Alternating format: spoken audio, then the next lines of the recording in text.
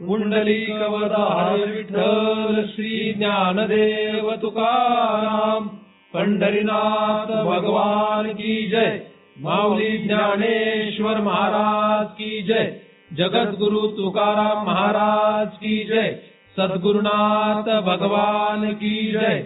हरि ओम तत्सत।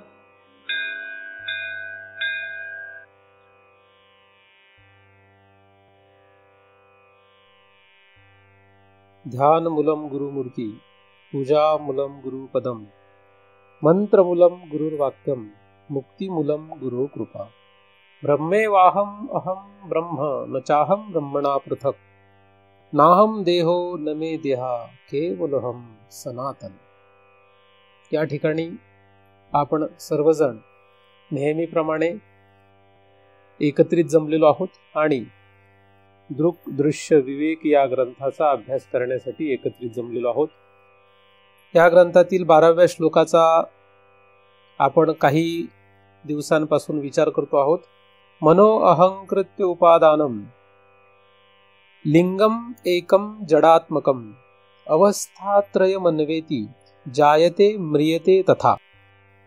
मन आणि अहंकार या दोन उपादान कारणांच्या मुळे निर्माण होणार शरीर म्हणजे लिंग देह। हा लिंग देह चिद्रूप आहे की जडरूप आहे याचा आपण विचार करत होतो। लिंग देह हा जडरूप आहे, तो चिद्रूप नाही असा आपण अभ्यास केलेला आहे। या लिंग शरीरामुळेच आपल्याला अनंत जन्म फिरावं लागलं हे आपणाला या चिंतनांमधून काही प्रमाणात का होईना स्पष्ट झालेलं असावं। आज काय झालं, काल काय झालं, उद्या काय होईल याचा हिशोब करत बसणं, याच्यामध्ये सगळ्या माणसांचं आयुष्य संपतं। अधिक नक्की कसं जगायला पाहिजे आणि नक्की आपण कसे जगू याचा विचार करण्यामध्ये आयुष्य संपतं। त्यामुळे खरं पाहिलं तर या विषयाकडे वळणाऱ्या लोकांची शक्यता अजिबातच नाही।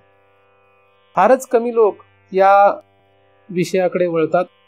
जे लोक या विषयाकडे वळतात त्या लोकांना सुद्धा बाकीच्या या विषयाकडे न वळलेल्या लोकांमध्ये राहावं लागत असल्यामुळे हा विषय तसा फारच अवघड होऊन जातो। जन्म मरण हा काहीतरी प्रकार आहे असंच मुळात लोकांना लक्षात येत नाही। फक्त जगायचंय आणि जगण्यासाठी आपल्या सभोवतालचे लोक जे काही करतायत त्यांच्याप्रमाणेच फक्त आपण करत राहायचंय एवढंच साधारणपणे माणसांना लक्षात येतं। एक दुसऱ्याचं अनुकरण करण्यामध्येच लोकांना धन्यता वाटते। व्यावहारिक दृष्ट्या किंवा आपल्या दैनंदिन गरजा या पूर्ण करताना जगासारखं जगणं हे एक वेळ ठीक आहे, परंतु वारकरी संप्रदाय आणि काही अद्वैत संप्रदाय हे या जगाचं मूळ काय आहे, आपलं मूळ काय आहे, आपण जन्म घेतो मरतो म्हणजे नक्की काय होतं, मेल्यानंतर आपण कुठे जाणार, जाणार की नाही जाणार, तर या सगळ्याचाच अभ्यास या शास्त्रांमध्ये आढळतो। आपण या ठिकाणी दृक दृश्य विवेक हा भगवान आद्य शंकराचार्यांनी लिहिलेला छोटा ग्रंथ अभ्यास करतो आहोत आणि या ग्रंथामध्ये सुद्धा अशाच प्रकारचा अभ्यास आपल्याला आढळतो। आपल्याकडे प्रामुख्याने जी शरीर आहेत या शरीरामध्ये लिंग शरीर जे मध्यभागी आहे या लिंग शरीरामुळे पुढे स्थूल देह प्राप्त होतो। स्थूल देहामुळे पुढे आपल्याला विषय भोगता येतात आणि या विषयांची पूर्तता करता येते। या विषय भोगामध्येच पुढे पुन्हा आपल्याला त्या क्रियेमधून प्रतिक्रिया तयार होऊन ती साठवता येते। ती ज्या ठिकाणी साठवता येते त्या ठिकाणाला आपण सूक्ष्म देह म्हणजे चित्त असं म्हणतो। त्या ठिकाणी या प्रतिक्रिया साठवून पुन्हा दुसरं शरीर प्राप्त करावं लागतं। दुसरं शरीर प्राप्त करण्यासाठी पुन्हा या लिंग देहाची आपल्याला गरज पडते। हा लिंगदेह जो आहे हा मन आणि अहंकार या प्रमुख उपादान कारणापासून बनलेला आहे याचा आपण विचार करत आलेलो आहोत. हा देह जड आहे याचाही आपण विचार केलेला आहे. पण या देहाशी तादात्म्य पाहून जगणारे आपण आपल्याला या देहामुळे काय अवस्था प्राप्त होतात, कुठल्या अवस्था प्राप्त होतात याचा विचारही या ठिकाणी आपल्याला करणे आहे. त्यासाठी या श्लोकातील दुसऱ्या चरणाचा आपण विचार करणार आहोत. अवस्थात्रय मन्वेती जायते म्रियते तथा. या उत्तरार्धामध्ये म्हणजे या 12व्या क्रमांकाच्या श्लोकातील दुसऱ्या चरणामध्ये पहिल्या भागामध्ये अवस्थात्रय असा शब्द आहे. त्रय म्हणजे 3, अवस्था म्हणजे दशा. अवस्था ही आपल्याला दशा या अर्थाने घेता येते. दशा म्हणजेच अवस्था. 3 अवस्था किंवा 3 प्रकारच्या दशा आपल्याला भोगाव्या लागतात. अवस्थात्रय. पुढे दुसऱ्या भागामध्ये जायते म्रियते तथा म्हणजे त्याचप्रमाणे म्हणजे या 3 अवस्थेंप्रमाणेच जायते आणि म्रियते. जायते म्हणजे जन्म घेणे आणि म्रियते म्हणजे खलास होणे म्हणजे मरणे. म्हणून 3 अधिक ह्या तथा म्हणले म्हणजे या 3ला अधिक या 2 म्हणजे एकूण किती झाल्या 5. एकूण अवस्था किती आहेत 5. 5 अवस्था एकूण आपल्याला लिंग देहामुळे भोगाव्या लागतात. म्हणजे 5 अवस्थेंना भोगायचं असेल तर आपल्याकडे काय अपेक्षित आहे, लिंगदेह अपेक्षित आहे. आणि तो लिंगदेह कशापासून बनतो, मन आणि अहंकार या उपादान कारणापासून बनतो. म्हणजे ज्याच्याकडे मन आहे अहंकार आहे त्याला लिंगदेह असणारच. आणि ज्याच्याकडे हा लिंगदेह आहे त्याला या 5 अवस्था आहेत. या 5 अवस्थेंचा आपण थोडक्यात विचार करूया. अर्थात या 5 अवस्थेंचा आपल्याला पुढे अभ्यास आहे की नाही याची मला कल्पना नाही, परंतु या 5 अवस्थांचा आपण थोडक्यात या ठिकाणी विचार करायला काही हरकत नाही. अवस्थात्रय कुठल्या कुठल्या 3 अवस्था आहेत, जागृत, स्वप्न, सुषुप्ती या 3 अवस्था अधिक जन्म मरण. जागृत अवस्था. जागृत म्हणजे काय, ज्या अवस्थेमध्ये स्थूल शरीर हलत राहतं.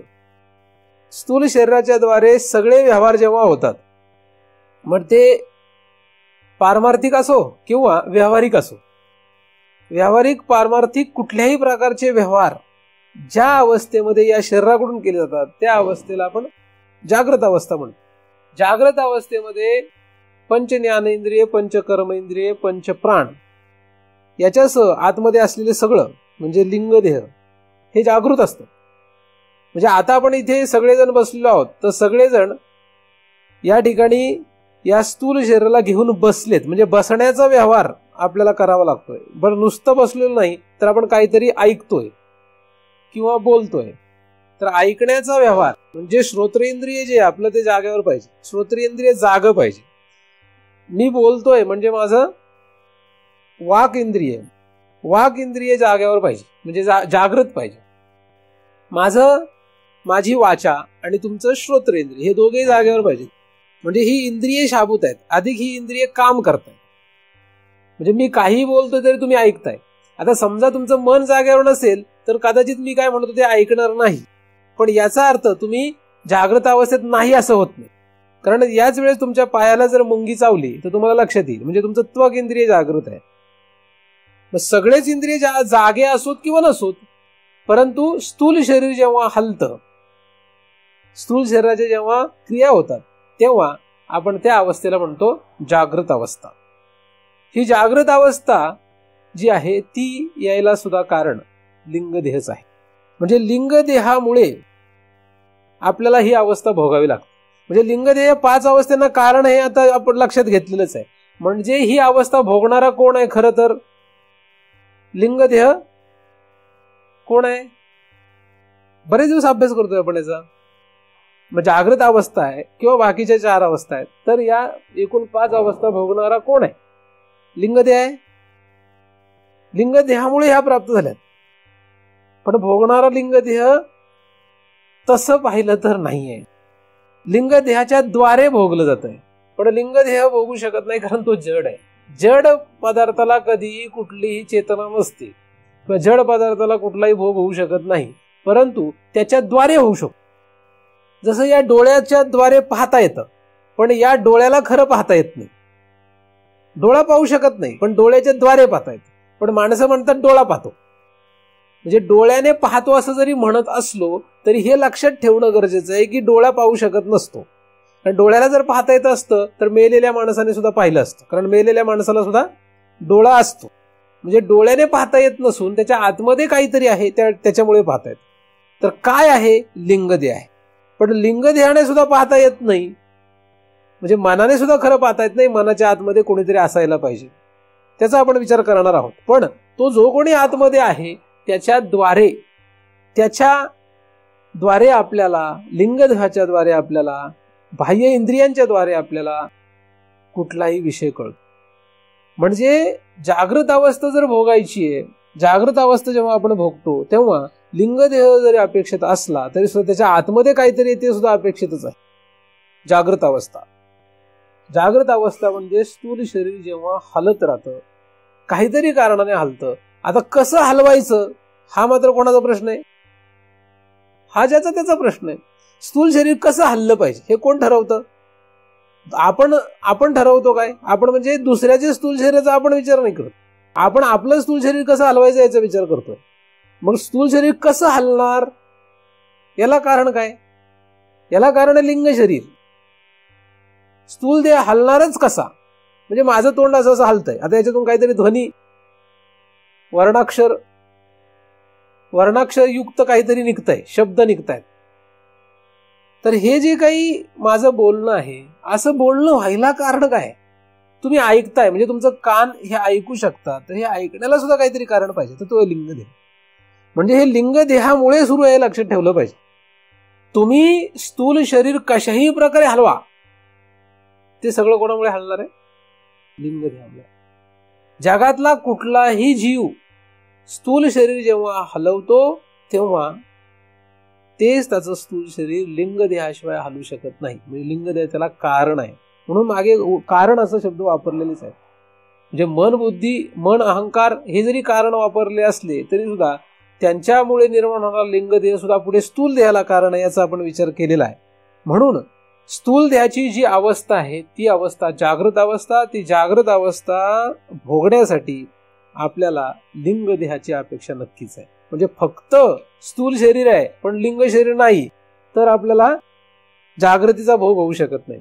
जागृत अवस्था ही अवस्था खरी स्थूल देहाची अवस्था आहे. स्थूल देहाच्या हलण्याने ती अवस्था मानली जाते. दुसरी अवस्था आहे सुषुप्ती अवस्था, नाही का?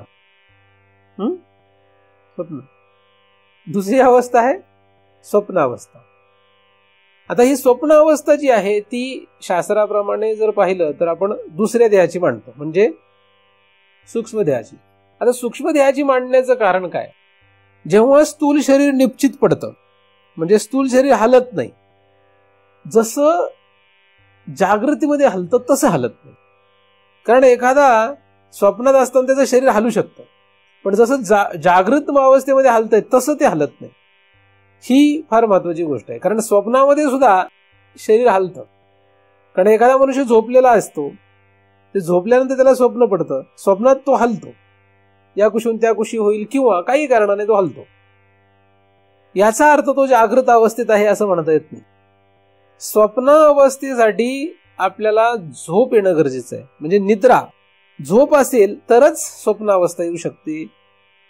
जागृतीमध्ये स्वप्न अवस्था तशी पाहिलं तर येऊ शकत नाही. स्वप्न अवस्थेमध्ये आणि जागृती अवस्थेमध्ये काय फरक आहे? प्रमुख फरक हाच आहे की स्थूल शरीर जसं जागृत अवस्थेमध्ये हलतं तसं स्वप्न अवस्थेत हलताना दिसत नाही. म्हणजे एखाद्या झोपलेल्या माणसाला जरी स्वप्न पडत असेल तरी सुद्धा त्याला जागृतीमध्ये त्याच्या आजूबाजूला बसलेले लोक लक्षात येऊ शकत नाही. स्वप्नामध्ये जे काय आहे ते तो भोगत राहतो. ज्याप्रमाणे जागृतीमध्ये विविध प्रकारचे भोग आपण भोगतो, त्याचप्रमाणे स्वप्नामध्ये सुद्धा विविध प्रकारचे भोग होतात. जागृतीमध्ये सुद्धा आपल्याला खरं तर सांगताच येणार नाही आता काय होणार आहे, आता काय होईल, पुढे काय होईल, हे जागृतीमध्ये सुद्धा सांगता येत नाही. तसं स्वप्नामध्ये सुद्धा सांगता येत नाही की नक्की काय होणार आहे. म्हणून जागृती आणि स्वप्न याच्यामध्ये काही न कळणं, म्हणजे जे काही होणार आहे ते न कळणं, ते नीट लक्षात न येणं, हा जो भाव आहे तो समानच दिसतो. परंतु जागृतीमधले पदार्थ जे आहेत ते जास्त काळ दिसतात, बराच काळ ते तसेच आहेत असं वाटतं. जे आपण आता जागे आहोत आणि झोपलो, उद्या जेव्हा आपण उठू तेव्हा जे पदार्थ आहेत ते सगळे तसेच दिसतात, कारण त्या पदार्थांमध्ये परिवर्तन जे झालेलं असतं ते अत्यंत कमी वेगाने होतं. अधिक तो पदार्थ लगेच नष्ट होत नाहीये. म्हणजे परिवर्तन त्या पदार्थात जरी होत असलं तरी सुद्धा त्याचा वेग इतका कमी आहे की आपल्याला तो पदार्थ तसाच आहे असं वाटतं. म्हणजे काल जेव्हा आपण जागे होतो तेव्हा आपण जे काही घर पाहिलं, आपण घरातले जे पदार्थ पाहिले, माणसं पाहिली, ही माणसं आता आपण झोपलो, झोपेतून आज आपण उठलो, जेव्हा आज आपण तेच पदार्थ, तीच माणसं पाहतो तेव्हा तेच वाटतात. का? कारण की त्यांच्यामध्ये झालेला जो बदल आहे तो मुळात लक्षात येत नाही, कारण त्याचा वेग आपल्याला लक्षात येत नाही. अधिक तो पदार्थ काही नष्ट होत नाही. तो नष्ट झाला असता तरी सुद्धा आपण त्याला नाही असं म्हटलं असतं. कारण समजा आपण काल जागे होतो आणि आपण एखाद्या माणसाला पाहिलं, आता आपण झोपलो, झोपल्यानंतर तो मनुष्य समजा मेला, तो मेला आणि त्या लोकांनी त्याला जाळून टाकलं, आता तो पदार्थ नष्ट झाला. आता आपण जेव्हा उठलो, उठून आपण जेव्हा बघतो तर तो कालचा मनुष्य नाहीच आहे. म्हणजे आपण आता त्याला काय म्हणणार, आहे का नाही? तर तो पदार्थ नाही. म्हणजे काल पाहिलेला पदार्थ आज कदाचित नसू शकतो. काल आपण फ्रीजमध्ये सफरचंद ठेवलं होतं समजा, आता उद्या आपण किंवा आज आपण फ्रीज उघडला आणि बघितलं की ते सफरचंद आहे का, तर समजा मधल्या काळामध्ये कोणी त्याला खाऊन टाकलं असेल तो पदार्थ तो नाही. म्हणजे एकतर पदार्थ नष्ट झाला तरी आपण त्याला नाही म्हणणार, किंवा त्याच्यात मध्ये वेगाने जर बदल घडला तर त्याला आपण नाही म्हणू. कारण उदाहरणार्थ फुलं आहेत, काल आपण फुलं घरामध्ये ठेवली होती किंवा काल आपण घरामध्ये कापूर ठेवला, आता 3-4 दिवसांनी जर आपण घरामध्ये ते फुलं शोधू लागलो तर कदाचित फुलं सापडणारच नाही. तिथे फक्त पाकळ्या सुद्धा त्या पण सुकलेल्या, एकदम संपलेल्या अवस्थेत आपल्याला सापडतात, कारण त्यांचा नष्ट होण्याचा किंवा परिवर्तन होण्यामध्ये जास्त वेग आहे. आलं लक्षात? म्हणून याचा अर्थ असा अजिबात होत नाही की स्वप्न आणि जागृती या दोन्ही अवस्था समान आहेत. याचा अर्थ असा पण होत नाही की या अवस्था भिन्न आहेत. खरं बघितलं तर ज्याप्रमाणे स्वप्नातल्या पदार्थांचा काहीही ताळमेळ नाही, तसा जागृत पदार्थांचा सुद्धा काही ताळमेळ नाहीये. कधी कुठे कसं आणि काय होईल हे कोणीच सांगू शकत नाही. जागृतीमध्ये सुद्धा, स्वप्नातही तसंच आहे. पण फक्त स्वप्न आणि जागृती भिन्न लक्षात येण्याचं कारण काय, तर हा जो परिवर्तन आणि नष्ट होण्याचा जो विषय आहे तो जर आपण नीट लक्षात घेतला तर आपल्याला लक्षात येईल की जागृती आणि स्वप्न यामध्ये भिन्नता होती.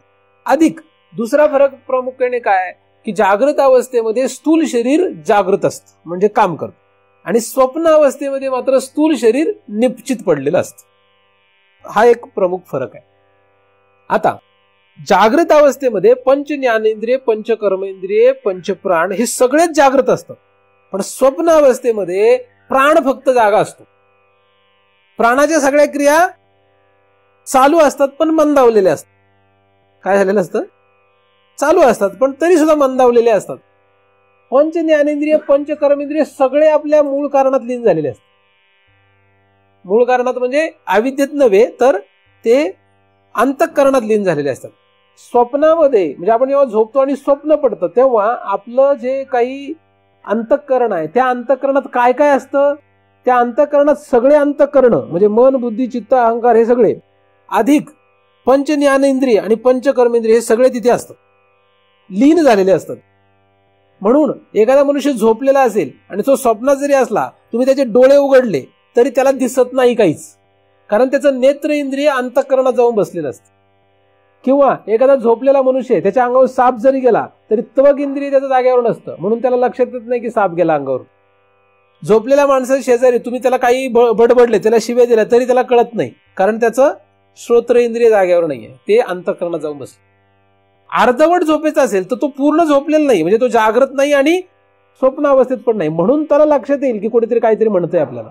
किंवा आपल्या अंगावर काहीतरी चाललंय असं त्याला लक्षात येईल, पण त्यावेळेस तो खरा स्वप्नावस्थेत नाहीये. म्हणजे ती मधली अवस्था आहे. तुम्हाला असं मधली अवस्था वगैरे असते का? हो, तशी एक असते, पण ते आता इथे या ठिकाणी आपण विचारात घेणार नाहीत. मधली अवस्था म्हणजे काय? हो, असते ना. कसं? उदाहरणार्थ तुम्ही एकतर घराच्या बाहेर असाल किंवा एकतर घरात असाल, ह्या दोन अवस्था, नाहीतर उंबऱ्यात असाल, ही तिसरी अवस्था नाही का? म्हणजे एक पाय घरात आणि एक पाय बाहेर असू शकतो ना, का नसतो? खरं पाहिलं तर काय आहे, माणूस एकतर घरात असेल किंवा बाहेर असेल. तिसरी अवस्था खरी आहे का?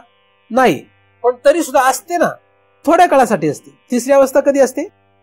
थोड्या वेळासाठी असते. म्हणजे एक पाय बाहेर आणि एक पाय आतमध्ये. हे जसं आहे त्याचप्रमाणे जागृत आणि स्वप्न याच्या मध्ये सुद्धा अवस्था असते, पण ती जसं घरातून बाहेर पाऊल टाकणे किंवा बाहेरून आत पाऊल टाकणे एवढ्या काळापुरती आहे, तशीच ही मधली अवस्था असते. त्यामुळे सूक्ष्मपणे अभ्यास करायला लागले ती सुद्धा अवस्था आपल्याला घ्यायला काही हरकत नाही, पण आता मात्र आपण त्याचा विचार नक्की नाही करणार आहे. तर स्वप्न अवस्थेमध्ये सर्व इंद्रिये लीन होतात अंतःकरणामध्ये. मग अंतःकरणामध्ये लीन झाल्यानंतर अंतःकरणामध्ये ती इंद्रिये झोपत नाहीत. स्वप्नामध्ये ते काही झोपलेले नाहीत, म्हणजे त्यांनी त्यांचं कार्य बंद नाही केलेलं. कार्य बंद केलेलं नाही म्हणजे मुळात खरं जर बघितलं तर अंतःकरणच या सगळ्या रूपाने परिणाम पावत असतं. म्हणजे इथे जे लिहिलंय की लिंग शरीर, हे लिंग शरीराला कारण मन आणि अहंकार आहे, तर हे मन अहंकारच पुढे इंद्रिय रूपाने प्रकट होतात आणि ते आपापल्या देशामध्ये म्हणजे कानामध्ये, डोळ्यामध्ये, त्वकमध्ये म्हणजे पूर्ण शरीरभर असे ते प्रवेश करतात. आणि म्हणून त्यांना 5 इंद्रिय, ज्ञानेंद्रिय, 5 कर्मेंद्रिय अशी नावं प्राप्त होतात. खरं जर बघितलं तर यांना जर एकवटलं तर ते एकच आहे. 10 इंद्रिय नाहीत, ती खरं एकच इंद्रिय आहे, पण एक इंद्रियाला 10 नाव का पडलेत? कारण कार्यभेदाने ती नावं पडलेली आहेत. म्हणून जेव्हा हे 10 इंद्रिय पुन्हा त्याच्या कारणावर येतात म्हणजे अंतःकरणावर येतात, तिथे ती एकच आहे. पण जसं स्थूल शरीरात त्यांनी वेगवेगळ्या खोबणीमध्ये प्रवेश केल्यानंतर वेगवेगळे कार्य केली, त्या कार्यानुसार त्यांना श्रोत्र, त्वग, रसना अशी विविध नावं प्राप्त झाली. त्याचप्रमाणे सूक्ष्म देहामध्ये म्हणजे आतमध्ये स्वप्न अवस्थेमध्ये ही सर्व इंद्रिये एकत्र जरी आलेली असली तरी तिथे सुद्धा ती काही अंशी अशी 10 प्रकारची असतात. एकच इंद्रिय आहे खरं एकच, पण स्वप्न भोग होण्यासाठी तिथे सुद्धा ते 10 प्रकारचे होतात. आणि मग स्वप्नातही आपल्याला दिसतं, स्वप्नातही आपल्याला चालता येतं, स्वप्नातही आपल्याला पाहता येतं, स्वप्नातही आपल्याला खाता येतं, स्वप्नातही आपल्याला सगळ्या क्रिया करता येतात ज्या जागृतीमध्ये करतो. जागृतीमध्ये क्रिया करण्यासाठी जशी इंद्रियांची अपेक्षा आहे, पंच ज्ञानेंद्रिय, पंच कर्मेंद्रिय अधिक स्थूल देह, तशी स्वप्न अवस्थेमध्ये काय? स्वप्न अवस्थेमध्ये पंच ज्ञानेंद्रिय, पंच कर्मेंद्रिय हे असतातच, पण स्थूल देह नसतो. तिथे जो स्थूल देह आहे तो विपरीत कसलाही प्रकारचा तयार होतो आणि तो किती वेगाने नष्ट होईल हे कोणाला सांगता येत.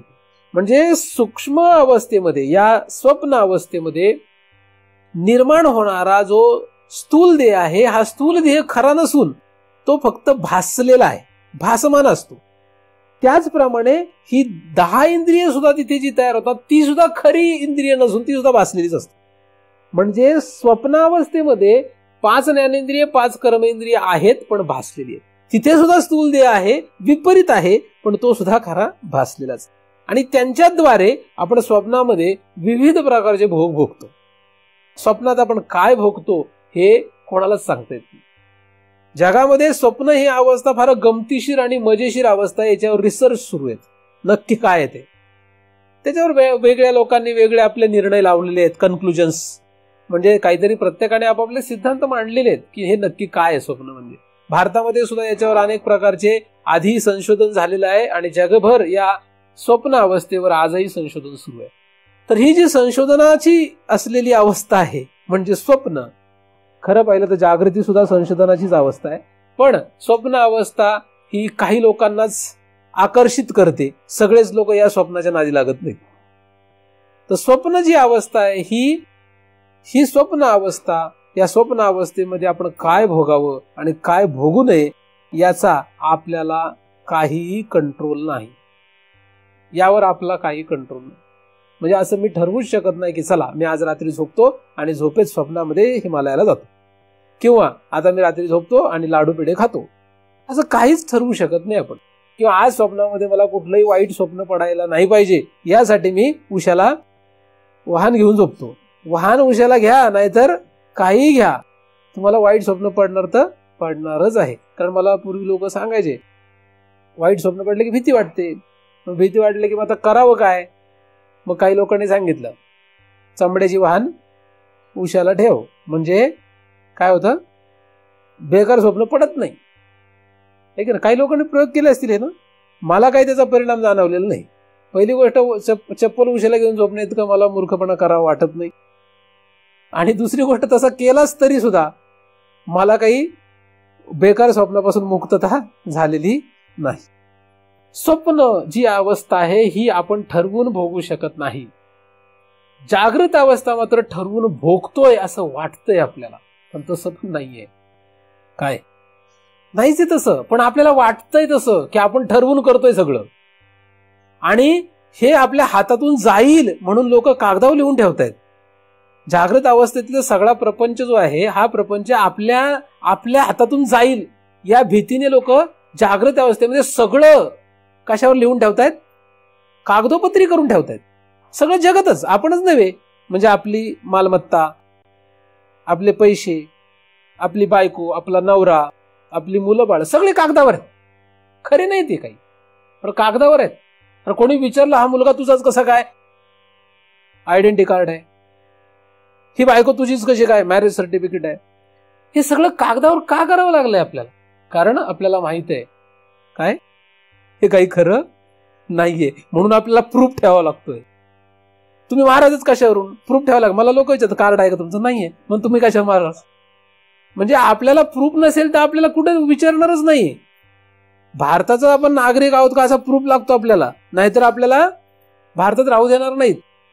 आपण जर चुकून बाउंड्री क्रॉस केली, इकडे वर चायनाला किंवा कुठेतरी भलतीकडेच गेलो, तर तिथे आपल्याला काय करतील, आपल्याकडे जर काही आपलं अस्तित्व नसेल कागदावर तर आपल्याला हाकलून देतील तिथून, किंवा अतिरेकी म्हणून मारून टाकतील, किंवा जेलमध्ये टाकतील. हे की नाही. तर जागृत अवस्था अशी भयानक अवस्था. जागृत अवस्थेमध्ये आपल्याला आपलं अस्तित्व सिद्ध करावं लागतंय, नाही का.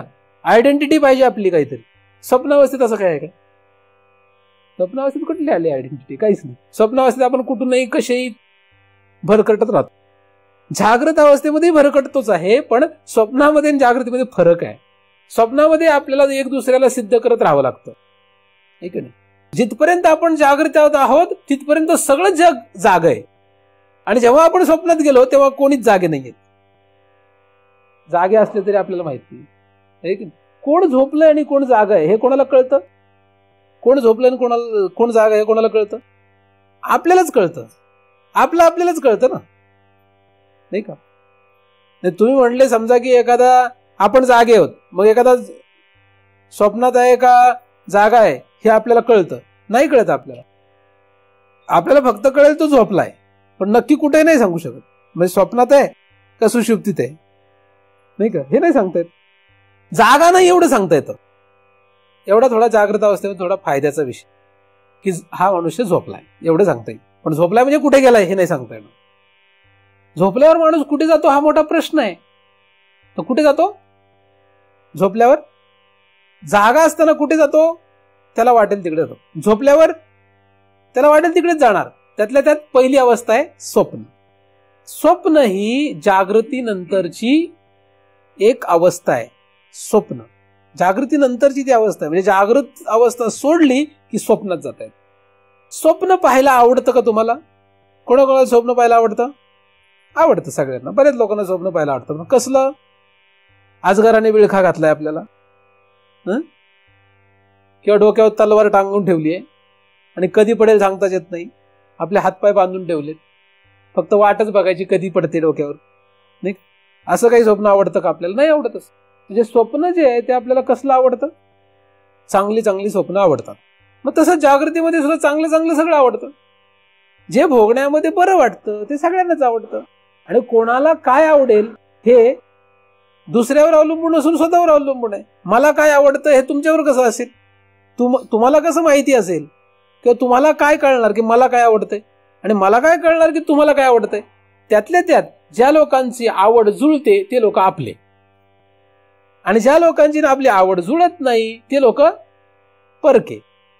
मग आपल्या आपल्यामध्ये व्यवहार होतो आणि परक्यापासून आपण दूर राहतो. इथेही जेवढे जमा झालेत हे सगळे आपले का? आपली आवड जुळते, कमी अधिक प्रमाणात आवड जुळते, कमी अधिक प्रमाणात आपली जागृत अवस्थेतली आवड जुळली म्हणून आपण एकत्र आलो. आणि ज्यावेळेस ती आवड बदलेल, तुमची काय माझी काय, आपण आपोमत वेगळ्या ठिकाणी. सगळ्या जगाची जी काही धावपळ सुरू आहे अशीच आहे. सगळेच लोक एकत्र काय येत नाहीत, आणि ज्यांची आवड जुळते असे लाख लोक सुद्धा एकत्र येतात. लाखो लोक एकत्र येतात आवड जुळली तर. पंढरपूरला जायचं असेल तर लाखो लोक एकत्र येतात का? आवड जुळते त्यांची. म्हणजे आवड त्यातली फक्त हौस असते असं नाही, काही नवसवाले असतात, काही गवसवाले असतात आहे ना. तर अशा प्रकारची आवड जुळतात तेवढे येतात सगळे. हा, सगळे जुळतात. मग त्याचप्रमाणे स्वप्नात असं काही होतं काय? स्वप्नामध्ये असं काही होत नाही. स्वप्न ही एकट्याने भोगायची अवस्था आहे, जागृती सगळ्यांनी मिळून भोगायची अवस्था आहे. स्वप्नात म्हटलं चला आता आपण सगळेजण झोपूया आणि सगळेजण स्वप्नात एकत्र जाऊया, असं होत नाही. दोन अवस्था भिन्न आहे. स्वप्नामध्ये एकट्यालाच जायला लागतंय आणि स्वप्नामध्ये जे काही भोगायचं ते एकट्यानेच भोगायचंय. जागृतीत तसं नाही. जागृत आपण रडू शकतो, रडले की दुसरा म्हणतो अरे गप बाबा असं म्हणतो, म्हणजे तो सांत्वन करू शकतो. आपण आनंद उड्या मारू लागलो तो आपल्यासोबत नाचू शकतो. म्हणजे जागृतीमध्ये उभयताचा व्यवहार होऊ शकतो. अनेक लोक एकत्र येऊन जागृतीमध्ये आवडीचा विषय साजरा करू शकतात किंवा नावडीचा विषय दुःख करू शकतात. तर अशा प्रकारे जागृतीमध्ये एकमेकाला सहाय्य होऊ शकतं. पण स्वप्नात तसं होत नाही. स्वप्न अवस्थेमध्ये काय? एकटा, नाही की नाही. काही लोक स्वप्न अवस्था जागृतीत आणण्याचा प्रयत्न करतात. ते मी तुम्हाला बरेच वेळा सांगत असतो नाही का. स्वप्न अवस्था जागृतीत आणायचा प्रयत्न करतात. लोक मला विचारतात बरेच वेळा की महाराज मला असं स्वप्न पडलं, त्याचा अर्थ काय असेल, तुम्ही महाराज आहेत म्हणून सांगा. म्हणून मला कसं माहित असेल तुला स्वप्न पडलं, तुझ्या स्वप्नाचा अर्थ मला काय ठाऊक असावा. नाही पण तरी तुम्हाला जरा ते ज्ञान असल्यामुळे तुम्ही सांगा असं म्हणतात मला. तर मला फारच मोठा प्रश्न पडतो आता काय सांगावं. आणि कोणाला काय स्वप्नात दिसेल काही सांगतात नाही बरं का. आणि काही लोकांना तर वर्षानुवर्ष एकच स्वप्न पडतंय, म्हणजे रेड्याचं डोकं स्वतःला लावलेलं किंवा स्वप्नात सापच दिसतो सारखा. मग आता काय त्याला सांगावं प्रश्नच पडतो. त्याच्या पुस्तकं निघालेत, पुस्तक आहेत बाजारामध्ये, स्वप्न अर्थ सांगणारे पुस्तक आहेत, स्वप्नाचे अर्थ. आणि फारच गमतीशीर आहेत. स्वप्नाचा अर्थ काय असेल, मग पहाटे पडलं तर काय, 12 वाजता रात्री पडलं तर काय, 10 वाजता रात्री पडलं तर काय, हे सगळ्याचे पण अर्थ आहेत. अधिक तुम्ही उत्तरेला पाय करून झोपले तर पडलं तर काय, दक्षिणेला पाय करून झोपले तर पडलं तर काय. काय शोध लावले, कुठून शोध लावले काही सांगता येत नाही. अहो ज्याला अर्थच नाही त्याला अर्थ लावतायत. अर्थच नाही त्याला काही, निरर्थक. त्यातल्या त्यात काही स्वप्न बरोबर ठरतात, योगायोगाने बरोबर ठरतात. आणि त्यातल्या त्यात काही साधू संतांनी स्वप्नात मध्ये दृष्टांत झाले, स्वप्नामध्ये असं झालं तसं झालं असं लिहून ठेवलंय. त्याच्यामुळे अजूनच भाव चढले. लोक तुकोबांनीच लिहून ठेवलेलं आहे की स्वप्नामध्ये गुरु भेटले आणि त्यांनी मग मला मंत्र दिला आणि मी स्वप्नात चाललो होतो गंगा स्नानाला. आता स्वप्नामध्ये कुठे गंगा स्नान करणारे जाऊन ते काहीतरी म्हणत आपण खरंच मानतो. ते अर्थात त्या अभंगाचा एक विशिष्ट प्रकारे अर्थ करणं आता माझा तो विषय नाही म्हणून मी करत नाही. पण स्वप्न अवस्था ही खरी अवस्था नाहीये. स्वप्न अवस्था ही फक्त भ्रमात्मक भासलेली अवस्था आहे.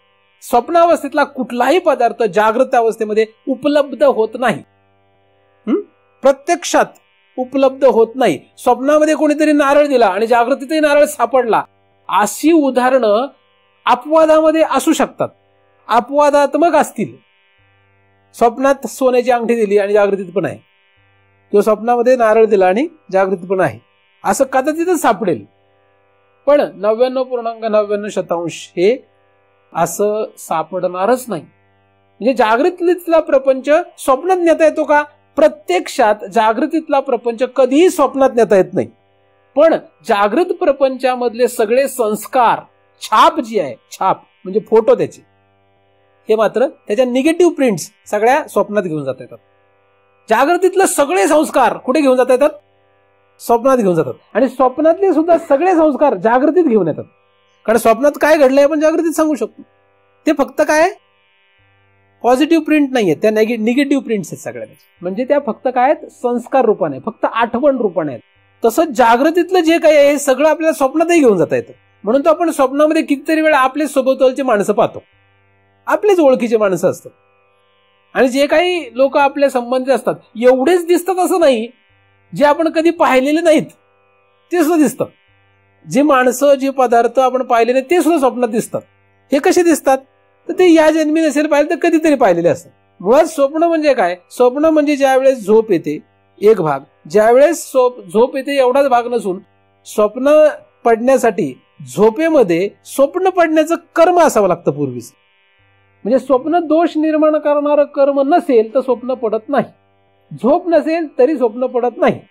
अधिक जागृतीमधले संस्कार असल्याशिवाय ते स्वप्न तशा प्रकारचं पडत नाही. म्हणून जागृतीतले संस्कार, निद्रा दोष आणि स्वप्न भोग देणारी कर्म या तीन प्रमुख कारणाने, प्रमुख कारण का म्हणतोय? कारण एखादा दुसरी कारण वाढू शकेल म्हणून, पण ही प्रमुख तीन कारण असल्याशिवाय कधीही स्वप्न अवस्था येत नाही. आणि ही अवस्था येते त्याला कारण ते मुळात लिंगदेह. जागृत अवस्था भोगण्यासाठी जसा लिंगदेह लागतो, लिंगदेहाच्या या अवस्था आहेत त्याप्रमाणे स्वप्न अवस्था सुद्धा या लिंगदेहामुळेच भोगावी लागते. आणि लिंगदेहामुळे ही भोगणारी जी अवस्था आहे स्वप्न अवस्था, ही स्वप्न अवस्था जागृत अवस्थेच्या बऱ्याच गोष्टींमध्ये साम्य दाखवते, पण बऱ्याच ठिकाणी या दोन्ही अवस्थेमध्ये बराचसा भेद आहे. स्वप्नामध्ये आपण जे काही करू, जे काही ठरवू ते जागृतीत काहीही करू नका. आणि जागृतीत तर घेऊन जाता येणारच नाही वर. पण काही लोक करतात काय की जसं स्वप्नात आपण स्वप्न अवस्था भोगतो तशी जागृतीत स्वप्न अवस्था भोगण्याचा प्रयत्न करतात. म्हणजे काही असतात जागे, पण जागे असताना स्वप्न बघतात. मी असं करीन, तसं करीन, हे करीन, ते करीन, फक्त स्वप्न असतं ते. म्हणजे जागृतपणे ते स्वप्न काय बघतात? मी पंतप्रधान झालो, मी मुख्यमंत्री झालो, ते स्वप्न बघत असतात. स्वप्न आहे फक्त, ते खरं नाहीये ते काही. ती म्हणजे कोण? सगळीच माणसं, कितीतरी माणसं, त्यांना माहिती ही जागृत अवस्था आहे, पण तरी सुद्धा जागे असताना स्वप्नासारखं आचरण करतात. कितीतरी म्हणजे तुम्ही इथे बसलेले सगळे माझ्या सकट. आपण काय करतो बऱ्याच वेळा? जागृतीतच स्वप्न. काही कारण आहे का? काही कारण आहे का स्वप्न बघायचं? नाही कारण. जे खरं आहे ते तरी धरलं पाहिजे. म्हणजे नीट जागृती तरी भोगा. असं झालं असतं म्हणजे तसं केलं असतं, तसं झालं असतं म्हणजे मी असं केलं असतं. हे काय सगळं स्वप्न आहे. माझ्याकडे जर 25 लाख असते तर मग मी अमेरिकेला फिरून आलो असतो. हे काय स्वप्न आहे. 25 लाख नाही, अमेरिकेला जाण्याचा प्रश्न येत नाही. पण हा काय म्हणतो? काही कारण नाही, जागृत अवस्था नाही. ज्या माणसाने जागृत अवस्था जरी नीट भोगली तरी तो दुःखी नाही होणार. बरेचसे लोक जागृतीत स्वप्न आणल्यामुळे दुःखी झालेत. आपल्यापैकी सगळेच जण, आपण जास्तीत जास्त लोक कशामुळे दुःखी आहोत? फक्त जागृत अवस्था भोगली तर दुःख फार कमी आहे, आपल्याला फार कमी आहे. व्यावहारिक दृष्ट्या सांगतो ते सगळं. मी अजून परमार्थाचा विषय नाही सांगत इथे काही. आपण जागृत अवस्थेमध्ये फक्त जागृत अवस्था जर भोगली तर आपल्याला कदाचित दुःख इतकी कमी आहेत की नाहीच म्हणा, नसल्यासारखी दुःख आहेत.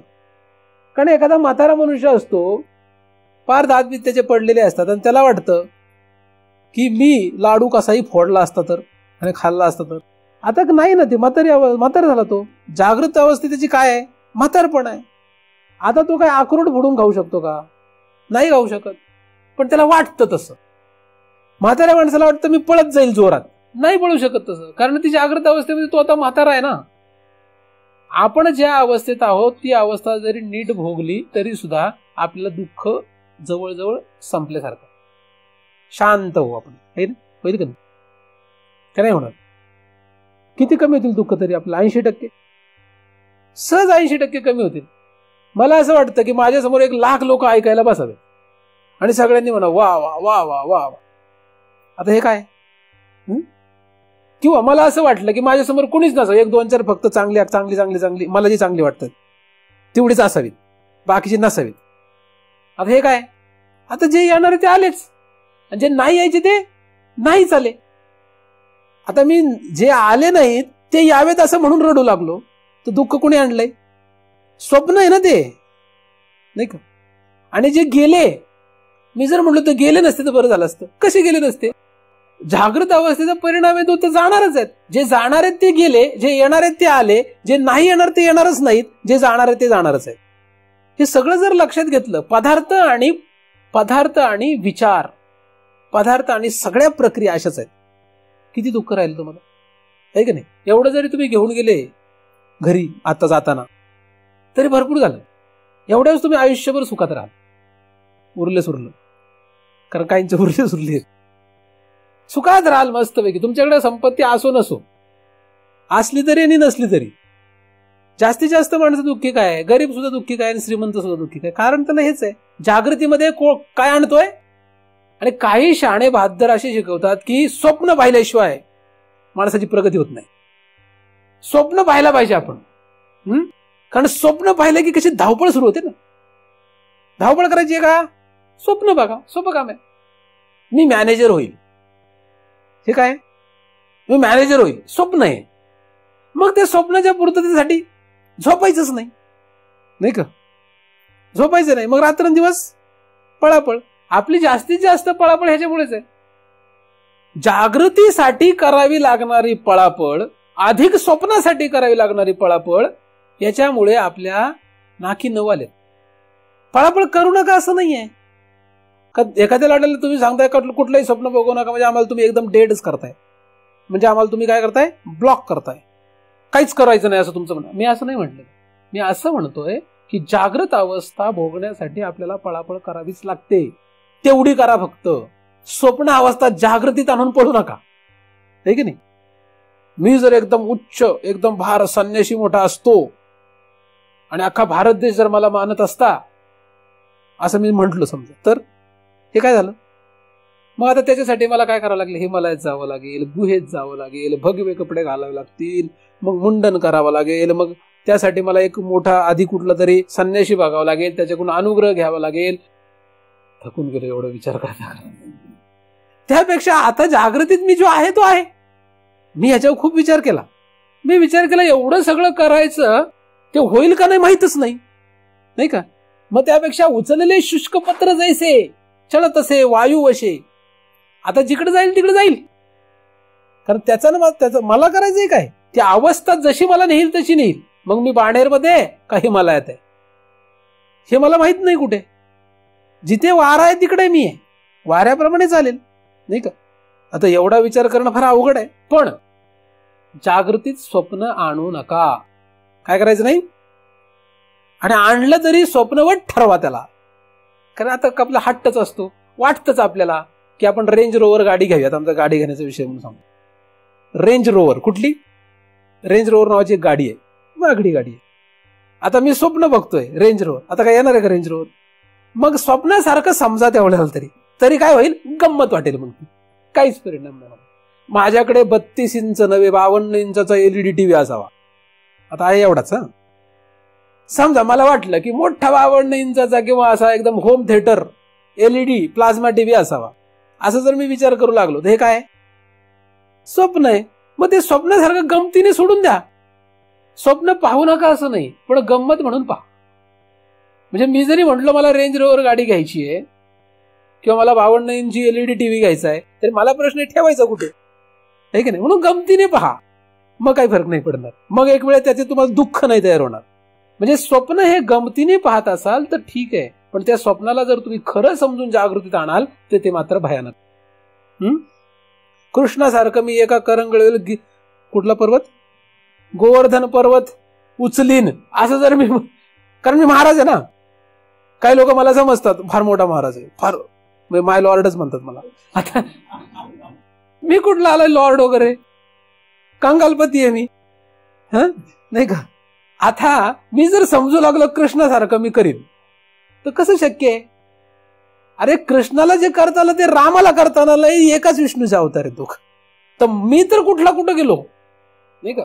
पण काही लोकांना वाटतं कृष्ण लीला आपल्याला पण करता आले पाहिजेत.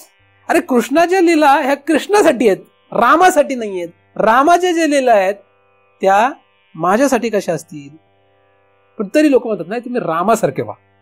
कसं काय रामासारखं हो?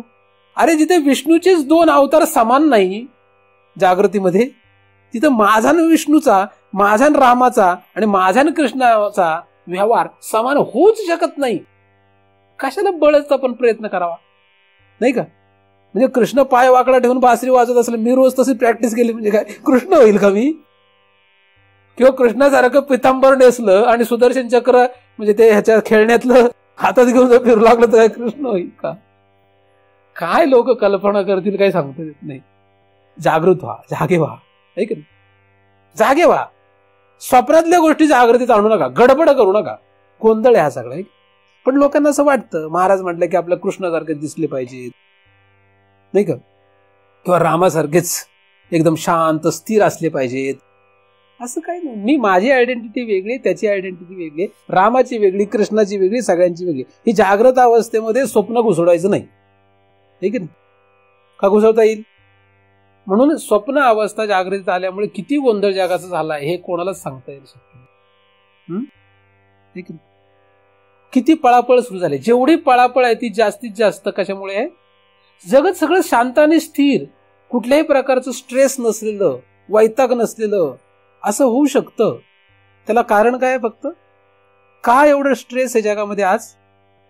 स्वप्न बघतात. आणि शिकवणारे इतके शाणे आहेत आज जन्माला आले की ते सगळेजण सांगतात स्वप्न पहा म्हणजे आपण मोठे होणार आहोत, स्वप्न पाहिल्याशिवाय काय होणार नाहीये असं शिकवणारे आता जन्माला. पूर्वी तसं नव्हतं. पूर्वीचे लोक सांगायचे की बाबा जे खरं आहे ते लक्षात घे, आपली ऐपत काय हे लक्षात घे. तो म्हणतो नाही, पगार 10,000, मोबाईल 25,000चा हप्त्याने मिळतो. एक जण मला म्हटलं त्याच्याकडे एवढा मोठा लांबडा मोबाईल. आता एवढा मोठा लांबडा मोबाईल आहे, त्याला पगार किती? नाही, EMI वर मिळाला ना म्हणे, म्हणून घेतला. पूर्वी असं होत होतं का? तुझी ऐपत काय, तू करतोस काय? स्वप्नात जगतोय तो, दुःख घेऊन जगतोय. तुला EMI वर मिळू दे नाही तर कसाही मिळू दे, तुझी ऐपत असेल तर तू EMI वर घे नाही तर कॅश घे, तो तुझा प्रश्न. पण तू दुःखाला का प्राप्त झालास? तुला रात्रंदिवस टेन्शन काय? तू वैतागलास का? तुला स्ट्रेस कशामुळे आला? जागृत अवस्थेमध्ये स्वप्न अवस्था. आणि बरीचशी स्वप्न आपण दुसऱ्याला पाहून तयार करतो आपल्याकडे. दुसऱ्याला पाहून आपल्याला स्वप्न तयार होतं. मग दुसऱ्याला पाहून म्हणजे काही जगातच नव्हे, स्वर्गात काय आहे ते पाहून सुद्धा लोक मृत्यू लोकात स्वप्न पाहतात. म्हणजे स्वर्गातली अप्सरा पाहून हा वार ते कुठं लावतो असं ज्ञानदेवाने लिहिलंय, मृत्यू लोकात. स्वर्गात अशी सुंदर अप्सरा असेल म्हणून त्याला इथे मृत्यू लोकामध्ये स्वप्न पडतात. कुठला काही संबंध तरी आहे का काही? दुसऱ्याचं पाहून आपल्याला स्वप्नाची संख्या वाढत चालली आहे. त्याच्याकडे ही गाडी आहे, त्याच्याकडे असं घर आहे, त्याच्याकडे असा बंगला आहे, त्याच्याकडे अशी माणसं आहेत. हे सगळं पाहून आपल्याला वाटतं आपल्याकडे पण तसंच पाहिजे. हे काय स्वप्न आहे? याने आपण अस्थिर आणि अशांत झालो ना. तुम्ही भोगू नका असं मी म्हटलं नाही. मी असं म्हटलं की त्याच्यामुळे तुम्ही जे अशांत आणि अस्थिर झाला त्याच्यामुळे सगळा गोंधळ उडाला. ठीक आहे, अवांतर विषय सांगितला बराचसा, पण जो गरजेचा आहे, कारण तुम्ही सगळ्यांनी शांत आणि स्थिर असावं असं मला वाटतं. शांत आणि स्थिर जर असाल, नाहीतर माझ्यासारखं गमतीशीर असावं. म्हणजे मी कुठलंही स्वप्न गमतीनेच पाहतो, ठीक आहे, गमतीने. त्याच्यामध्ये काय पहा ना, तुम्ही किती स्वप्न पहा, जागृतीत किती स्वप्न आणा, पण लक्षात ठेवा ही काय स्वप्न आहे. हे ते स्वप्न काय खरं असतं का? स्वप्न खरं नसतं इतकं कळणे इतकी आपल्याला काय पाहिजे, म्हणजे कधी अंबारीत जरी बसलो, म्हणजे कधी गाडीत जरी बसलो तरी सुद्धा समजावं हे स्वप्न आहे. आणि उद्या पायपाय जरी चालावं लागलं तरी हे सुद्धा स्वप्न आहे, उद्या परत गाडीत बसणार आहे. म्हणजे आज गाडीत आणि उद्या पायपाय, कधी बसून या अंबारीमध्ये आणि कधी समयाशी सादर व्हावे असं राहा. म्हणजे काही भीती नाही, म्हणजे कधी कुठे कसं माहित नाही, त्या दिशेने प्रवास करायचा आपल्याला. तुकोबाच्या या अभंगापर्यंतचा प्रवास करायचा आहे आपल्याला. तसं करण्यासाठी पहिल्यांदा हे लक्षात घेतलं पाहिजे की जागृत अवस्था भोगावी आणि स्वप्न अवस्थेला या जागृत अवस्थेमध्ये घुसू नये. तर स्वप्न आणि जागृत ह्या दोन भिन्न अवस्था आहे. त्याच्यामध्ये काय साम्य आहे, त्याच्यामध्ये काय तफावत आहे याचा आपण थोडक्यात विचार केलेला आहे, त्याचा जास्त आपण विचार करत नाही. पण या दोन्ही अवस्था कोणामुळे आहेत? लिंगदेहामुळे. तिसरी अवस्था आहे कुठली? सुषुप्ती. सुषुप्ती ही तिसरी अवस्था आहे. सुषुप्ती म्हणजे झोप. झोपेचाच एक भाग आहे स्वप्न आणि झोपेचाच दुसरा भाग काय? जागृत. सुषुप्ती चुकून सांगितलं त्यांना सुषुप्तीच म्हणायचंय. Slip of tongue. जागृती नंतर जी झोप येते त्या झोपेचे दोन भाग आहेत. त्या दोन्ही वेगवेगळ्याच अवस्था आहेत, परंतु साधारण माणसाला ती एकच वाटते. काय? झोप. मनुष्य जागा असतो किंवा झोपतो अशा दोनच अवस्था वाटतात. किती वाटतात? जागा आहे आणि झोपलेला आहे, दोनच वाटतात. पण तसं नसून काय आहे, झोपेमध्ये खऱ्या दोन अवस्था. म्हणून जागृती धरून या तीन आहेत. जागृती ही वेगळी आहे हे सगळ्यांनाच माहिती आहे झोपेपेक्षा. पण झोपेमध्ये पण दोन भाग आहेत हे साधारणपणे मनुष्य बोलताना बोलत नाहीत. पण जर विचार केला तर मात्र लक्षात येतं की झोपेमध्ये दोन अवस्था आणि एक अवस्था त्यातली आहे स्वप्न आणि दुसरी अवस्था आहे सुषुप्ती. म्हणून एकूण ह्या तीन अवस्था आहे. म्हणून अवस्था त्रय असे शब्द आलेला. सुषुप्ती अवस्था ही जागृत आणि स्वप्न या अवस्थेपेक्षा काय वेगळी आहे? स्वप्न अवस्थेमध्ये जसं स्थूल शरीर निपचित पडलेलं असतं त्याचप्रमाणे सुषुप्तीमध्ये सुद्धा शरीर निपचित पडलेलं असतं. त्यातल्या त्यात थोडासा फरक काय आहे? स्वप्न अवस्थेमध्ये एक वेळ शरीर हलताना दिसेलही कदाचित. कारण स्वप्नामध्ये जर त्याच्या मागे वाघ लागला आणि तो जर स्वप्नामध्ये पळतोय तर त्याचं शरीर कदाचित जागृतीसारखं थोडंफार काम करू शकतं. म्हणजे त्याला धाप लागणं किंवा वाचवा वाचवा असं तो तोंडाने म्हणणं. मग तो असतो झोपेत म्हणजे स्वप्नात. पण तो स्वप्नात असताना त्या स्वप्नामध्ये जे काही तो कळत नकळतपणे भोगत असतो त्याचा परिणाम त्याला त्याच्या स्थूल देहावर सुद्धा आढळतो. म्हणून काही लोक बरळताना दिसतात. तर ते जे बरळतात म्हणजे काय होत असतं? स्वप्नामध्ये ते काहीतरी पाहत असतात. अर्थात ते जेव्हा जागृतीमध्ये आले आणि त्यांना विचारलं की तुम्ही नक्की काय पाहतात त्यांना सांगता येणार नाही कदाचित. काही लोकांना सांगता येईल की नाही माझ्या मागे वाघ लागला होता मी पळत होतो म्हणून वाचवा वाचवा म्हणत होतो. पण काही लोकांना नक्की स्वप्नात काय पाहत होता आणि काय बडबडत होता हे ना स्वप्नात सांगता येईल ना जागृतीत सांगता येईल. तर स्थूल शरीर थोडंफार हलताना दिसलं की कदाचित स्वप्न अवस्था असते. आणि जेव्हा स्थूल शरीर पूर्णतः शांत असतं फक्त श्वासोश्वास सुरू असतो बाकी कुठल्याही हालचाली स्थूल शरीराच्या व्यवस्थितरित्या आढळत नाहीत, प्रामुख्याने दिसत नाहीत, अशा अवस्थेला कदाचित तो सुषुप्ती अवस्थेत असतो. सुषुप्ती अवस्थेमध्ये स्वप्न अवस्थेमध्ये जे इंद्रिये अंतःकरणात येऊन लीन झाले होते आणि अंतःकरणामध्ये लीन म्हणजे एक होऊन पुन्हा भासले होते 10 रूपाने किंवा वेगवेगळ्या शरीराच्या रूपाने वेगवेगळ्या पदार्थाच्या रूपाने ते भासले होते. ही सगळी इंद्रिये एकवटून आता सुषुप्ती अवस्थेमध्ये हे सगळे कारण देहामध्ये जाऊन लीन होतात. काय होतं सगळ्यांचं? सगळे हा अख्खा गोतावळा कारणात जाऊन लीन होतो. कारण म्हणजे अज्ञान. अविद्येमध्ये अविद्या नावाचा एक आपल्याकडं देह आहे. ते एक शरीर आहे आपलं. मन हे जसं एक शरीर आहे दाखवता नाही येत पण आहे. तसंच मूळ अविद्या नावाचं आपलं एक शरीर आहे. हे मूळ अविद्या नावाचं जे शरीर आहे त्या मूळ अविद्येशी हे सूक्ष्म शरीर काय होतं? एकरूप होऊन जातं. म्हणजे लिंग देह जो आहे तो कुठे जातो? कारणात म्हणजे अविद्येमध्ये जाऊन एकरूप होतो. जेव्हा हा सूक्ष्म देह अविद्येत एकरूप होतो तेव्हा त्याला स्वतःचं अस्तित्व काही राहत नाही. हे कसं आहे? जसं एखादा मनुष्य काळ्या कुट्ट अंधारामध्ये एखाद्या कोठडीमध्ये जर गेला तर त्याला तोच दिसत नाही आणि त्याला दुसरं काही दिसत नाही. हे जसं आहे एखाद्या अंधाऱ्या काळ्या कोठडीमध्ये एखादा मनुष्य गेला त्याला ना बाकीचं काही कळतं ना स्वतःबद्दलही काही कळतं. म्हणजे स्वतःही दिसत नाही दुसरंही दिसत नाही. हे जसं आहे तसं सुषुप्ती अवस्था. पण त्या माणसाला मी तिथे आहे हे जसं माहीत असतं पण स्वतःचा कुठलाही भोग त्याला होत नाही. म्हणजे पाहण्याचा किंवा दुसऱ्याला पाहण्याचा असा कुठल्याही प्रकारचा त्याला भोग होत नाही. त्याचप्रमाणे सुषुप्ती अवस्थेमध्ये जेव्हा आपण जातो तेव्हा आपल्याला काहीही भोगता येत नाही. ना स्वतःला भोगता येतंय ना दुसऱ्याला. म्हणजे दुसरे पदार्थ पाहू शकतो ना स्वतःला पाहू शकतो. म्हणून त्या ठिकाणी पूर्णतः अंधार म्हणजे अज्ञान असतं. जेव्हा तो काळ्या कोठडीतून मनुष्य बाहेर येईल तेव्हा तो स्वतःला पाहू शकतो. आणि मी मलाच पाहू शकत नव्हतो आणि मी दुसरं काहीही पाहू शकत नव्हतो हे तो बाहेर आल्यानंतर सांगतो. त्याचप्रमाणे सुषुप्तीतून जेव्हा आपण जागृतीमध्ये येऊ, जेव्हा सुषुप्तीतून आपण जागृतीमध्ये येऊ तेव्हा आपल्याला सांगता येतं की मी तिथे अंधारात होतो, म्हणजे मला काहीही कळत नव्हतं. ना मला स्वप्न प्रपंच कळत होता, ना मला जागृत प्रपंच कळत होता, ना मला मी कुठे आहे कळत होतो.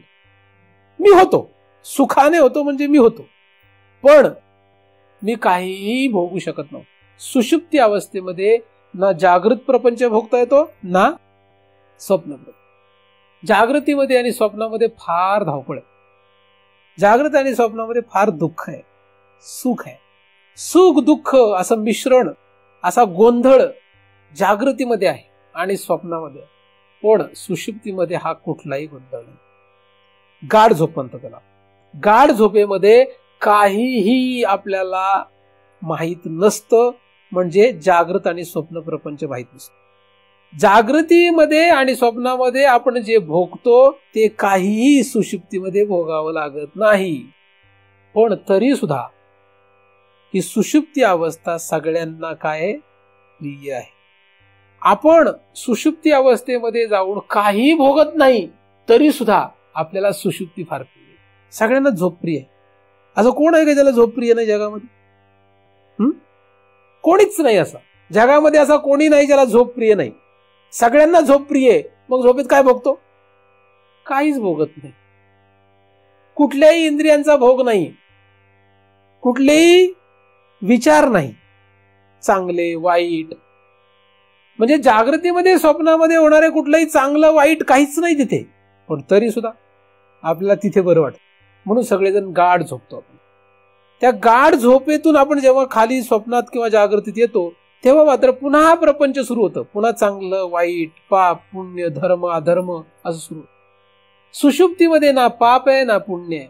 सुषुप्तीमध्ये ना भोग आहे ना योग आहे. सुषुप्तीमध्ये ना सुख आहे ना दुःख आहे. सुषुप्तीमध्ये कुठलंही द्वंद्व नाही. सुषुप्तीमध्ये ना तू आहे ना मी आहे. सुषुप्तीमध्ये काहीच नाही. काही नसलेल्या अवस्थेमध्ये आपण असतो. ती अवस्था कशी आहे काय आहे हे त्या अवस्थेत सांगता येत नाही. आपण जागृतीत आल्यानंतर मात्र सांगतो की अशा अवस्थेत मी होतो की ज्या ठिकाणी द्वंद्व नाही. म्हणजे सुषुप्ती अवस्थेचं वर्णन मी आता जागृतीत करतोय, पण ही भोगण्यासाठी मात्र आपल्याला प्रत्यक्षात तिथंच जावं लागतं, नाही का?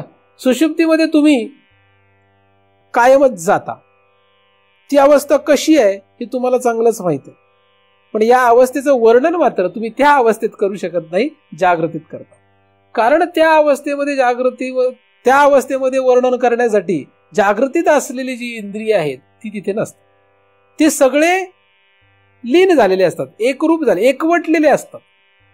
ते सगळे एकवटलेले असल्यामुळे तिथे ते सगळे एकाच अज्ञानामध्ये लीन झालेले असल्यामुळे, एकरूप झाले असल्यामुळे त्यांचे सगळे व्यवहार पूर्णतः बंद पडलेले असल्यामुळे, जसं अख्खं झाड जर बीजात सामावलं तर झाड दिसतच नाही, बीज रूपाने ते राहतं.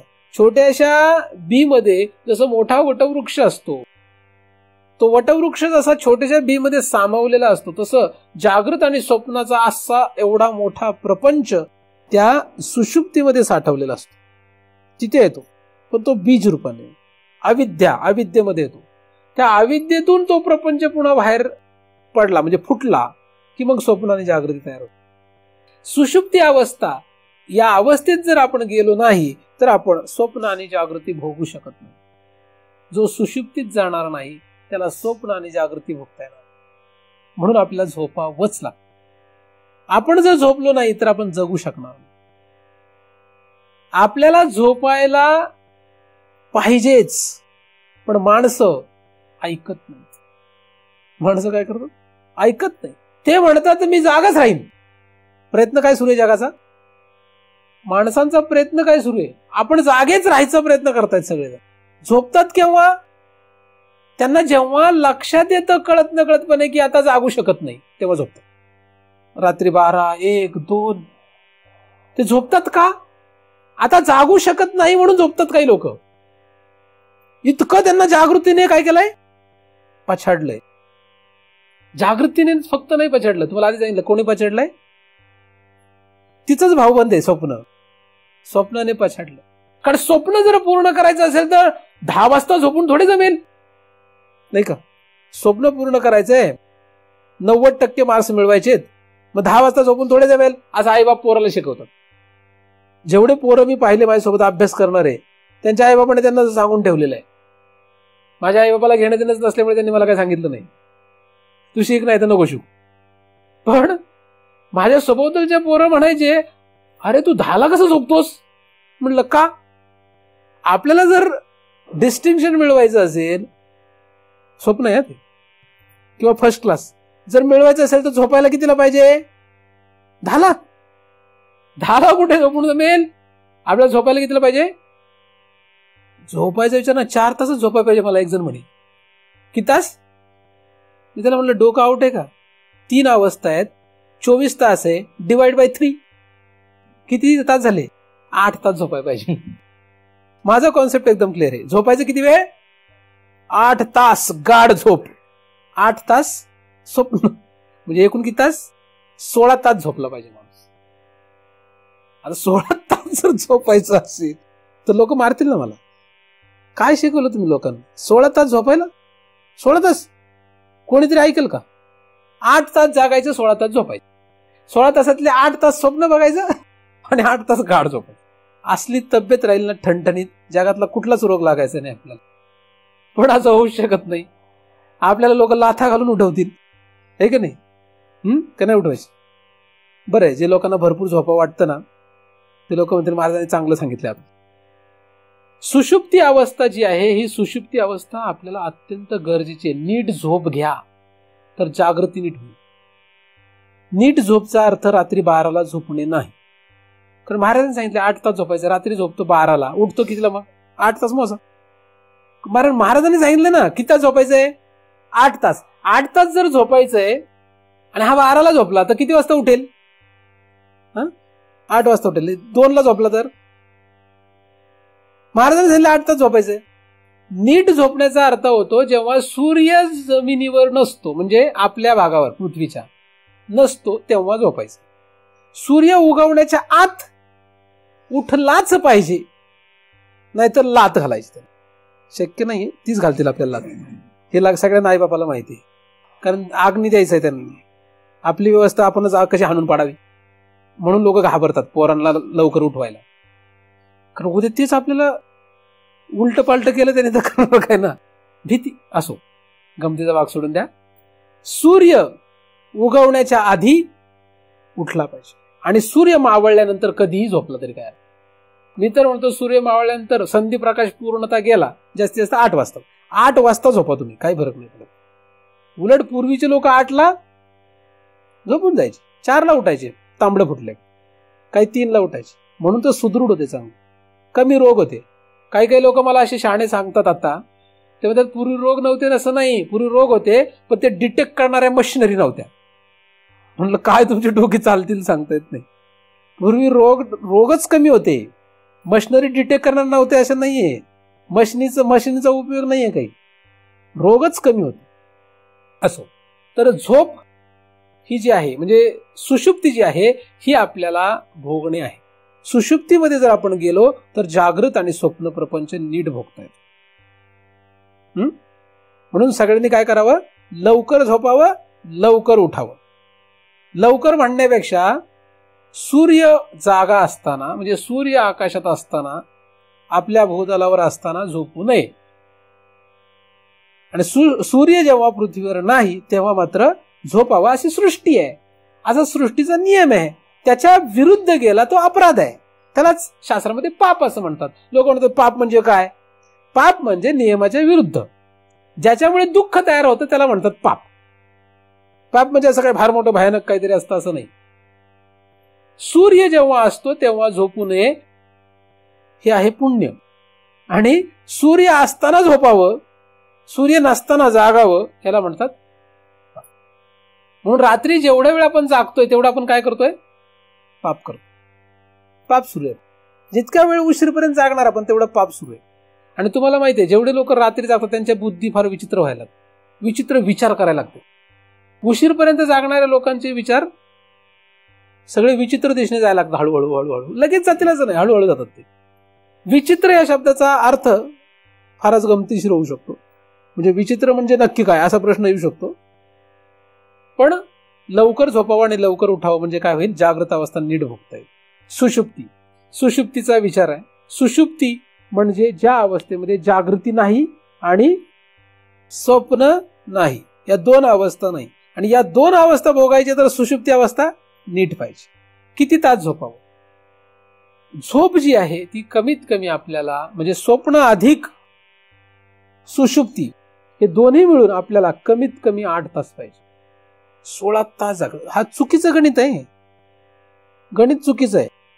पण त्यातल्या त्यात फारच हे करून, गडबड करून, फारच ऍडजस्ट ओढाताड करून 8 तास आपल्याला दोन्ही मिळून, 8 तास जरी धरलं तरी गाढ झोप आपल्याला जास्तीत जास्त 4 तास लागतात.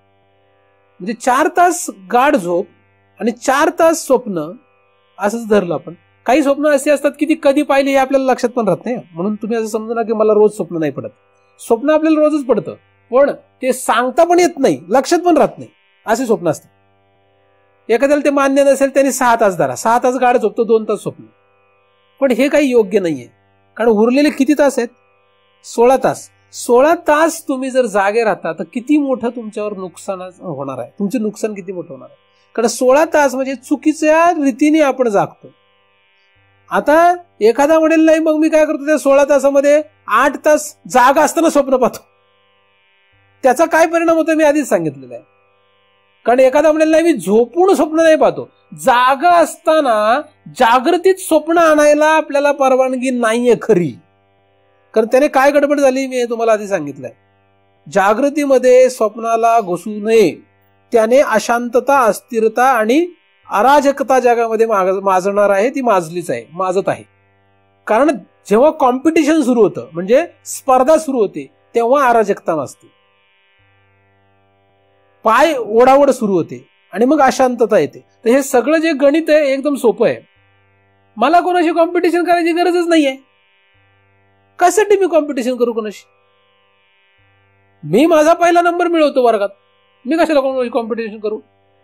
मी मला जे काही आहे ते मी करतो, नाही का? मला जे काही मार्क्स मिळाले ते मिळतो. मी पहिला आलो ते काय माझं काय, मी काय कॉम्पिटिशन करली कोणाशी?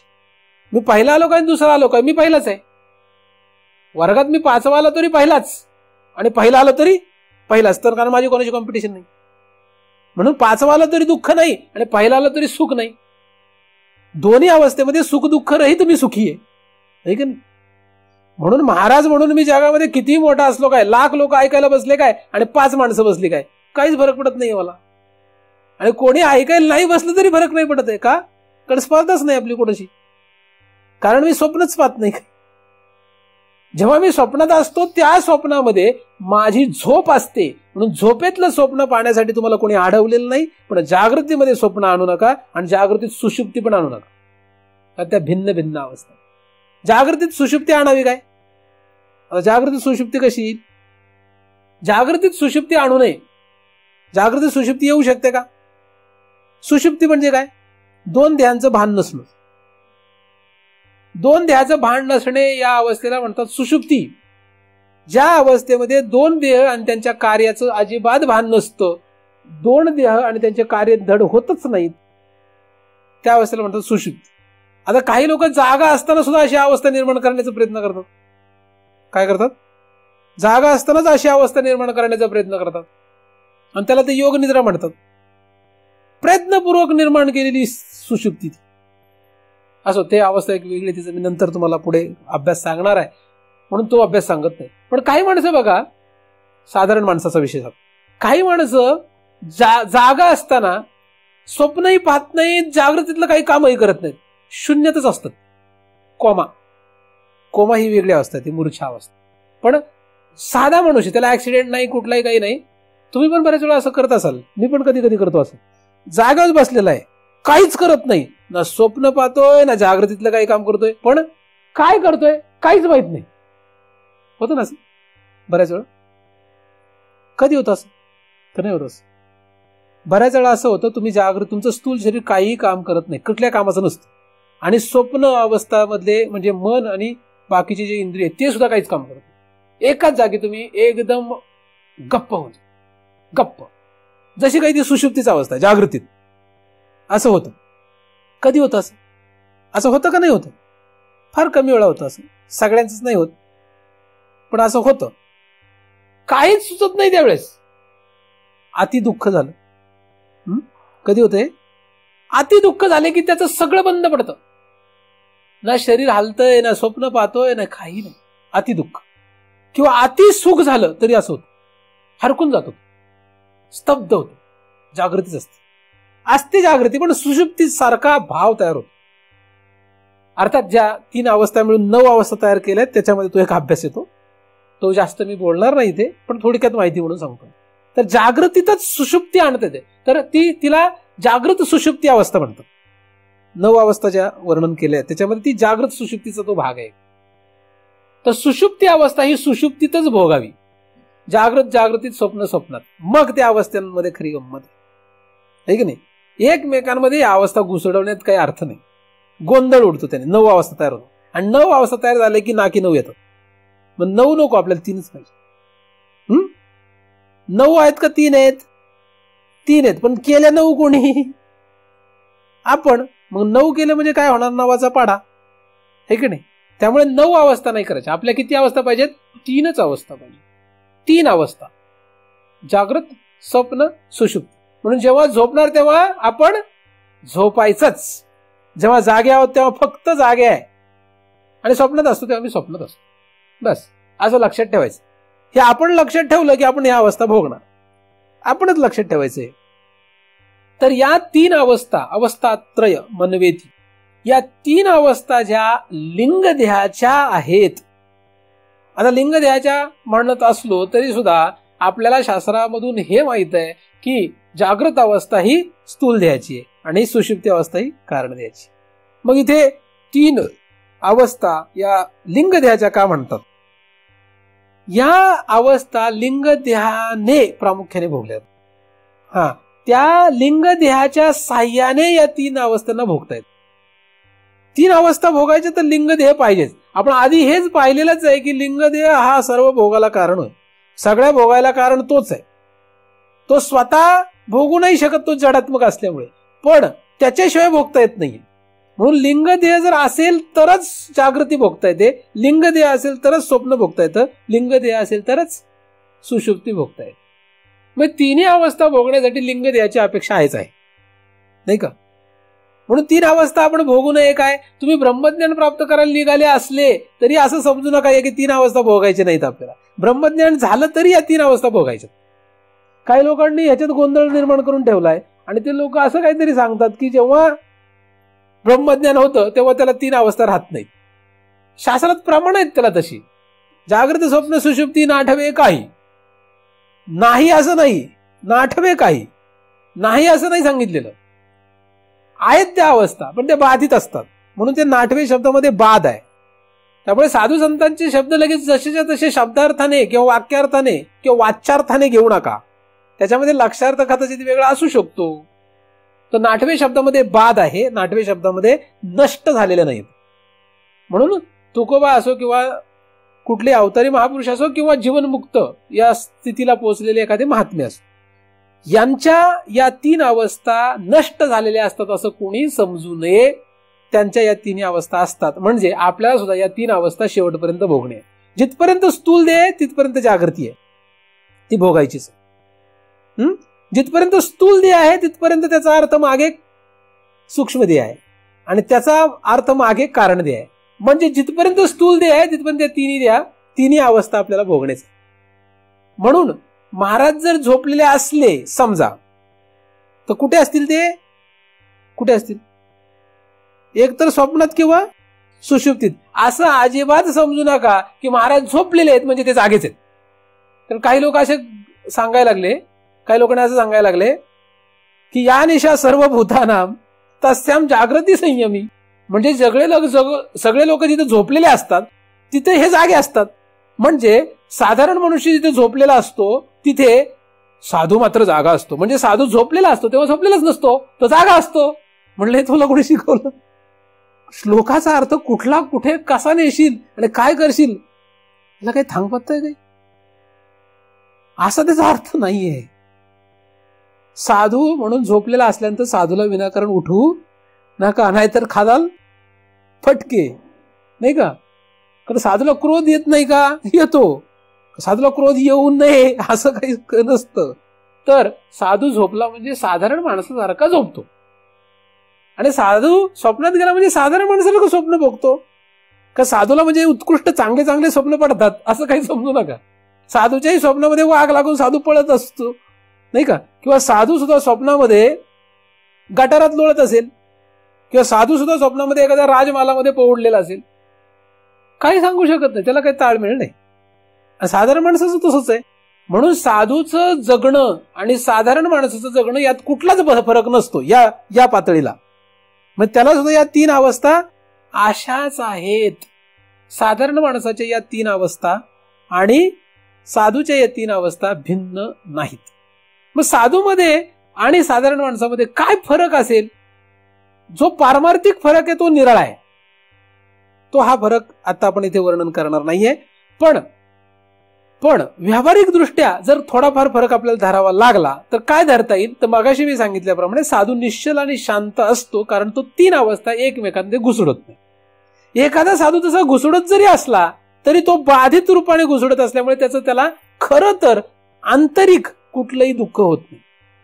बाह्य रूपाने तो रडताना दिसेल, हसताना दिसेल, दुःखी दिसेल, सुखी दिसेल, पण एकदम आतमध्ये तो शांत आणि निश्चलच असतो. असावा, असायलाच पाहिजे हा नियम नाहीये.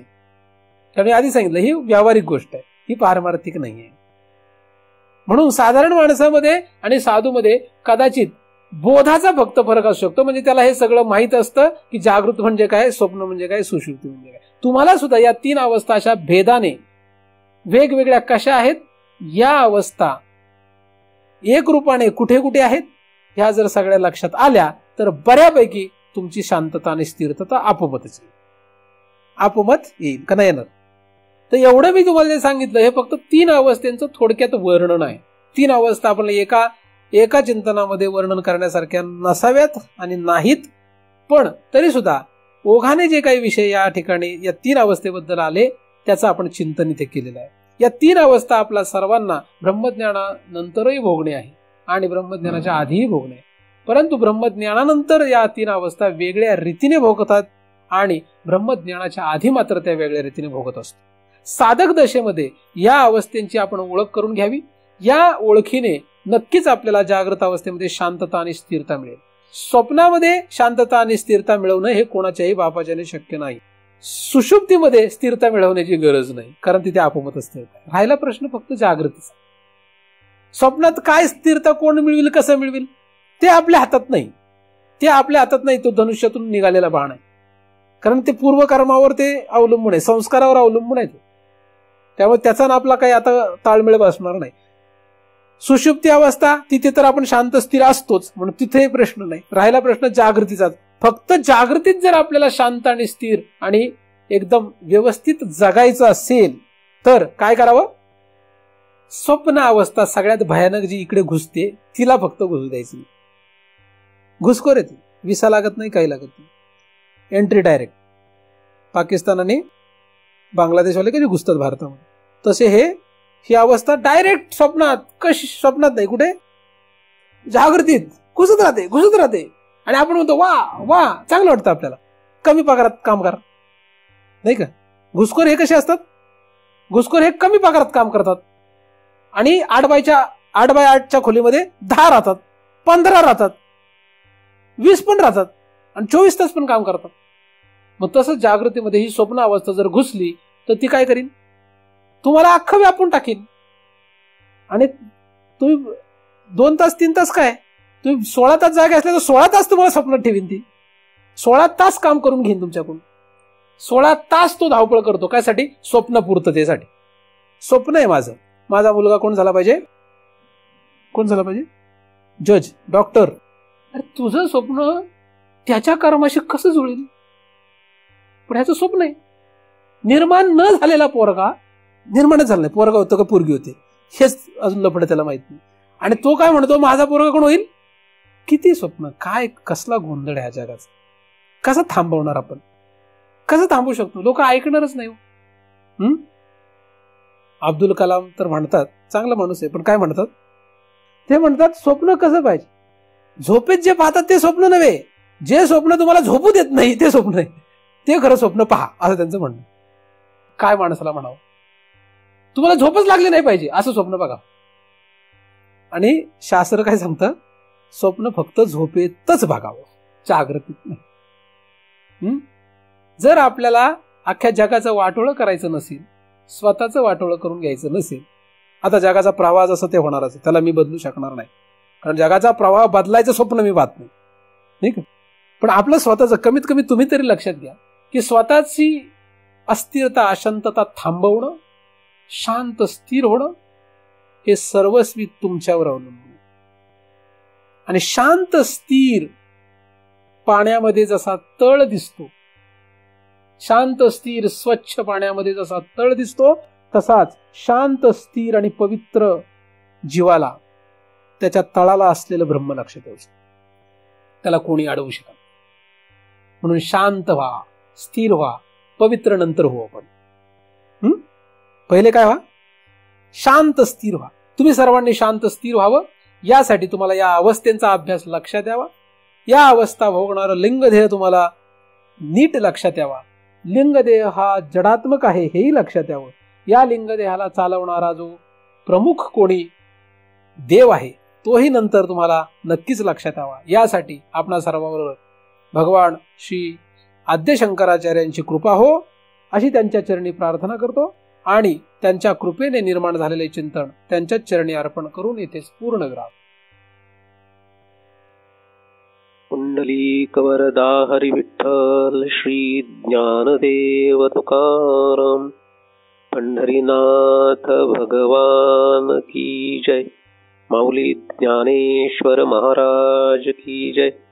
जगत गुरु तुकाराम महाराज की जय. सद्गुरुनाथ भगवान की